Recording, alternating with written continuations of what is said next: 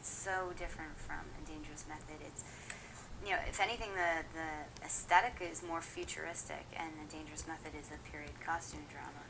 I mean, both films, I mean, I haven't seen anything of Cosmopolis yet, but it is definitely, in terms of story, a big departure from A Dangerous Method. So it was so exciting to switch gears and play two completely different people, and then for David to give you the freedom to do that, and then, you know, to work with someone like Rob, who's at a really interesting place in his career, and to see him work with a director like David, and the excitement and the energy, it was a really, really cool experience.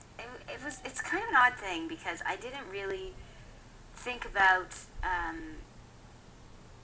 how insane working with Rob would be in terms of all the fan stuff.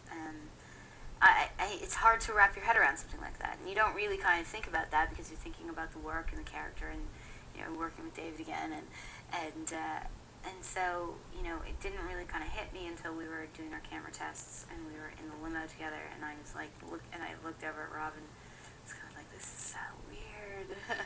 But and then, you know, at the beginning it's not as hectic, because I guess his fans don't really know he's here, and people don't really know where we're shooting.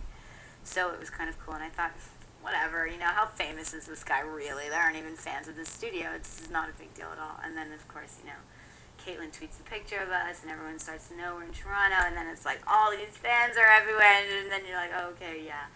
You know, there's security, and, you know, you can't block anything, and then you realize, you know, how much of a part of a cultural phenomenon he really is a part of. So, you know, I also really know that the attention that I got from that film was really kind of steeped in Rob's fame and not necessarily my own. So it was kind of like a bit of a whirlwind for a month or two when we were shooting, but then it's like after that I'm still, you know, living at home and walking around in my sweats, and no one cares who I am at the grocery store, and so it's not that big of a deal.